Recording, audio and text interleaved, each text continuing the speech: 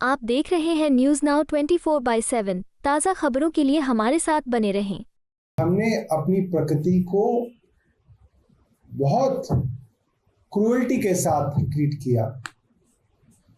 हमने पेड़ों के प्रति जो भावना रखनी चाहिए थी वो नहीं रखी।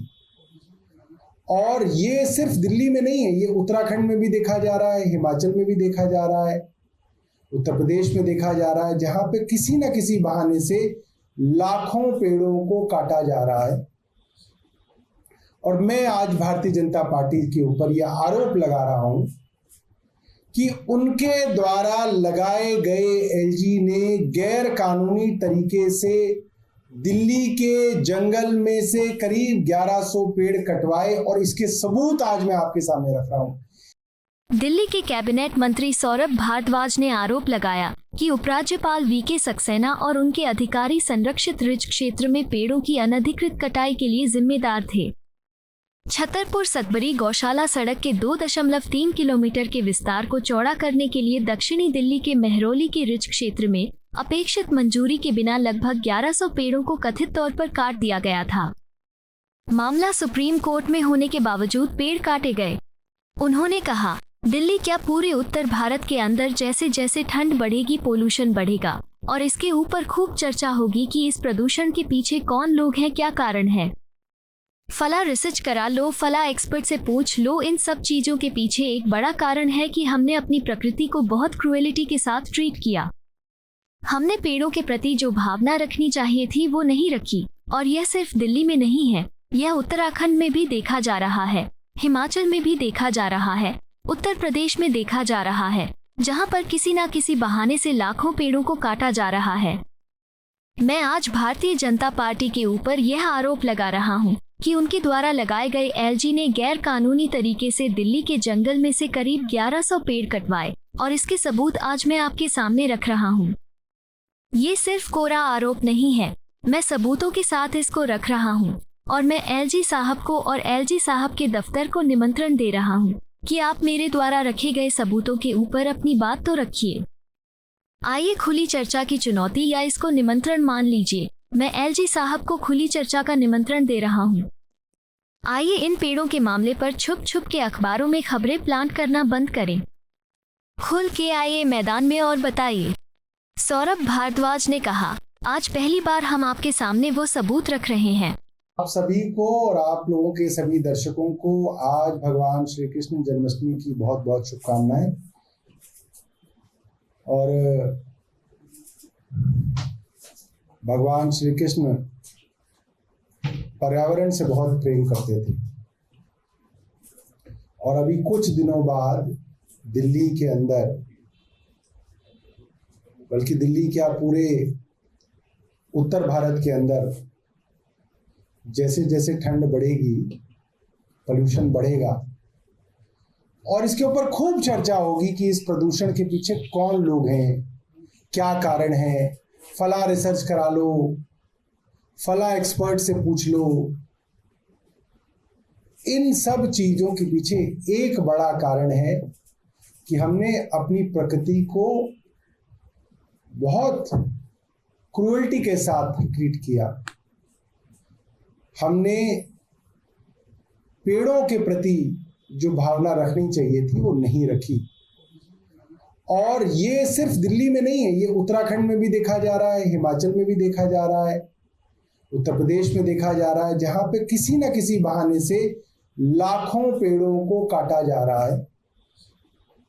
और मैं आज भारतीय जनता पार्टी के ऊपर यह आरोप लगा रहा हूं कि उनके द्वारा लगाए गए एलजी ने गैर कानूनी तरीके से दिल्ली के जंगल में से करीब 1100 पेड़ कटवाए, और इसके सबूत आज मैं आपके सामने रख रहा हूं।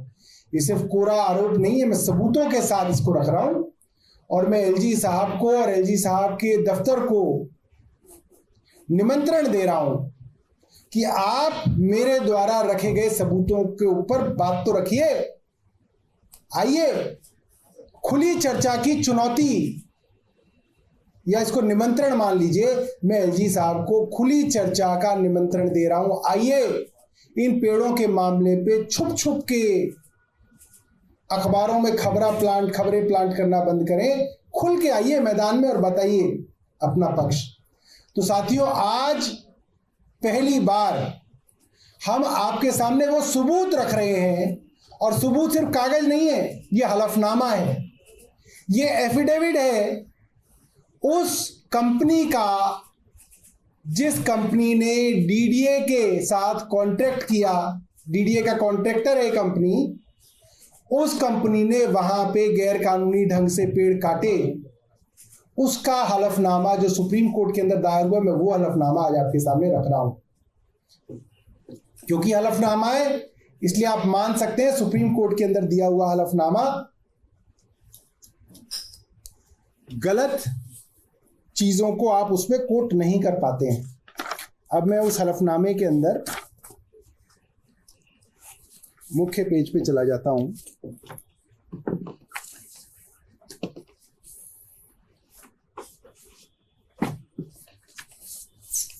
कॉन्ट्रैक्टर का नाम है Satya Prakash and brothers private limited. जिस कंपनी ने ये पेड़ काटे उसका ये हलफनामा है सुप्रीम कोर्ट में। ये क्या कहता है अब आप सुनिएगा, बहुत खास बात है। पहले कहता है कि हमको उस रोड पे कंस्ट्रक्शन का काम दिया गया जो अप्रोच रोड है छतरपुर से सार्क यूनिवर्सिटी और हॉस्पिटल तक और अदर एस्टेब्लिशमेंट्स तक। उन्होंने बताया कि इस प्रोजेक्ट की जिम्मेदारी वहां के इंजीनियर इंचार्ज मनोज कुमार यादव को दी गई थी, और हमें कहा गया था कि मनोज कुमार यादव, डीडीए की तरफ से जो कॉन्ट्रैक्ट किया गया उसमें कहा गया मनोज कुमार यादव डीडीए के इंजीनियर इंचार्ज जो उनको मौखिक और लिखित आदेश देंगे वो कॉन्ट्रैक्टर को करना पड़ेगा। और उन्होंने बोला कि हमें ये लिखित आदेश डीडीए की इन 3 ईमेल से आता था। वो तीनों ईमेल एड्रेस उन्होंने लिखे हैं, eeswd@gmail.com एक्सियन का है, eeswd@gmail.com से पहली बार 7 फरवरी को उनको ईमेल आई, इन पेड़ों के विषय में जो पहली मेल आई है। और उस ईमेल में लिखा है कि 3 फरवरी 2024 को एलजी साहब ने वहां पे विजिट किया और फला डायरेक्शंस दी। एलजी साहब का साफ साफ खुलासा इस ईमेल में है। उसके बाद भी, उस ईमेल के बाद भी पेड़ वहां पे नहीं काटे गए। और इसका खुलासा दूसरी ईमेल में है।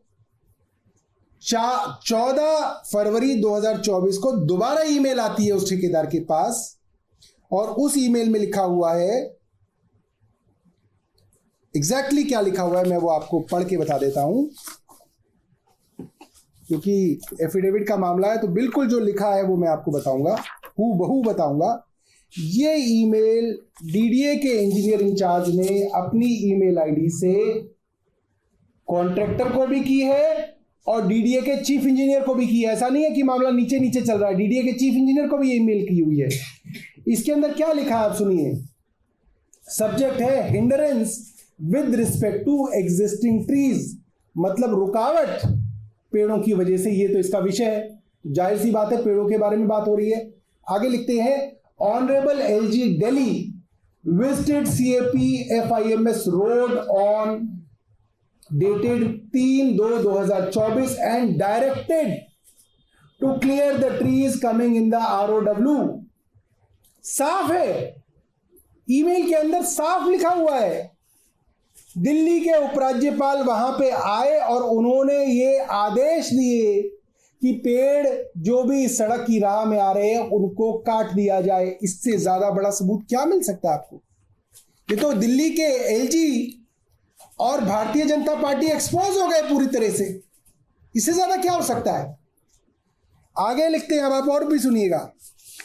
During the process of failing the trees, forest officials did not let us cut the tree even on dated 13/2/2024। Forest ranger came at site and did not permit on account of non approval from the competent authority.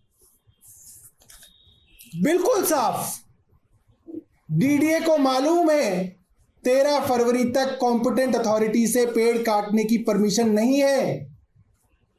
Forest department को भी मालूम है permission नहीं है, इसीलिए forest department का forest ranger वहां पे आया और उसने पेड़ कटते हुए काम को रोक दिया।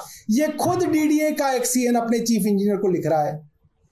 तो जब 3 फरवरी को माननीय उपराज्यपाल आए तब कैसे परमिशन थी? परमिशन तो तब भी नहीं थी। इसका मतलब जब 13 फरवरी को ही फॉरेस्ट डिपार्टमेंट रोक रहा है कि पेड़ नहीं कट सकते, परमिशन नहीं है, तो जाहिर सी बात है जब 3 फरवरी को एलजी साहब आए, ये बात फॉरेस्ट को मालूम थी कि परमिशन नहीं है, और ये बात डीडीए को भी मालूम थी कि परमिशन नहीं है। ये बात जो कह रहे हैं कि जो कंफ्यूजन के अंदर पेड़ कट गए, किसी को मालूम ही नहीं था कि इनकी परमिशन नहीं हुई है, झूठ है। सबको मालूम था कि इन पेड़ों को काटने के लिए परमिशन की जरूरत है और वो परमिशन नहीं है। डीडीए को भी मालूम है, फॉरेस्ट डिपार्टमेंट को भी मालूम है। आगे क्या लिखती है ये ईमेल सुनिए। But after perusal, they permitted us verbally, मौखिक, to fell or cut the trees from today, that is 14/2/2024। ये तो खुल्लम खुल्ला भारतीय जनता पार्टी पूरी दिल्ली के सामने एक्सपोज हो गई। भारतीय जनता पार्टी के लगाए गए विनय सक्सेना साहब पूरी दिल्ली के सामने एक्सपोज हो गए, चोरी पकड़ी गई। ये ईमेल बता रही है कि एलजी के आदेश पे पेड़ काटे गए। 13 तारीख को फॉरेस्ट डिपार्टमेंट के फॉरेस्ट रेंजर ने आके रोका था कि आपके पास परमिशन नहीं है, आप पेड़ नहीं काट सकते, और 14 तारीख को कुछ हुआ कि फॉरेस्ट डिपार्टमेंट ने मौखिक कह दिया काट लो। मौखिक कह दिया का मतलब क्या है? परमिशन तो नहीं है मगर काट लो, क्योंकि ऊपर से दबाव आ गया है। ये तो खुल्लम खुल्ला है। ये हालत है भारत की राजधानी के अंदर जंगलों के पेड़ों की, जिनके ऊपर सीधी निगाह सुप्रीम कोर्ट की है कि सुप्रीम कोर्ट के आदेश है कि इन जंगलों के अंदर एक भी पेड़ कटेगा तो सुप्रीम कोर्ट की परमिशन ली जाएगी, ट्री ऑफिसर की परमिशन ली जाएगी। ना ट्री ऑफिसर की परमिशन है, ना सुप्रीम कोर्ट की परमिशन है। डीडीए को मालूम है, चीफ इंजीनियर को मालूम है, फॉरेस्ट डिपार्टमेंट को मालूम है, एलजी को मालूम है, और एलजी के आदेश पे ये पेड़ काटे गए। मैं एलजी साहब को निमंत्रण दे रहा हूं, आइए एलजी साहब, जगह भी आपकी, समय भी आपका, तारीख भी आपकी, आइए मीडिया के सामने, मैं आपको चुनौती दे रहा हूं, आप आइए बहस कीजिए, छुपिए मत। एलजी हाउस की दीवारों के पीछे छुपिए मत विनय सक्सेना जी, बाहर निकलिए। आपसे दिल्ली की जनता सवाल पूछ रही है, दिल्ली की चुने हुई सरकार आपसे सवाल पूछ रही है, दिल्ली का चुना हुआ मंत्री आपसे सवाल पूछ रहा है। आपने जो चोरी की वो पकड़ी गई, आपने कोर्ट को गुमराह किया, आप पकड़े गए, आपने दिल्ली को गुमराह किया, आप पकड़े गए।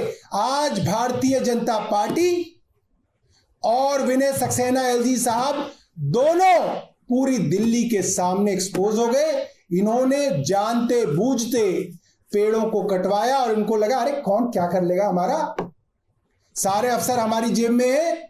अफसरों की तो इतनी हिम्मत नहीं है कि गैर कानूनी काम को एलजी को कह दें कि साहब ये गैर कानूनी काम है, अभी परमिशन नहीं है, कैसे पेड़ काट देंगे। चीफ सेक्रेटरी एलजी साहब के साथ थे, एमसीडी कमिश्नर जो अब हैं और उस वक्त डिविजनल कमिश्नर थे अश्विनी कुमार, वो एलजी साहब के साथ थे। पीडब्ल्यूडी के principal secretary N Barasu LG साहब के साथ थे। फॉरेस्ट के principal secretary A K. Singh LG साहब के साथ थे। डीडीए का member engineering Ashok Kumar Gupta LG साहब के साथ था। फॉरेस्ट डिपार्टमेंट के additional principal chief conservator of forest, मुख्य संरक्षक जंगलों के, वहां उनके साथ थे। दर्जनों के तादाद के अंदर दिल्ली की टॉप ब्यूरोक्रेसी एलजी साहब के साथ थी और किसी की हिम्मत नहीं थी कि वो एलजी साहब को कह दे कि गैर कानूनी ढंग से पेड़ नहीं कटेंगे। जब ये हालत है तो क्या होगा दिल्ली का? दिल्ली की तो दुश्मन भारतीय जनता पार्टी है, एक एक करके पेड़ काट रही है, और दिल्ली के सबसे बड़े दुश्मन एलजी साहब हैं।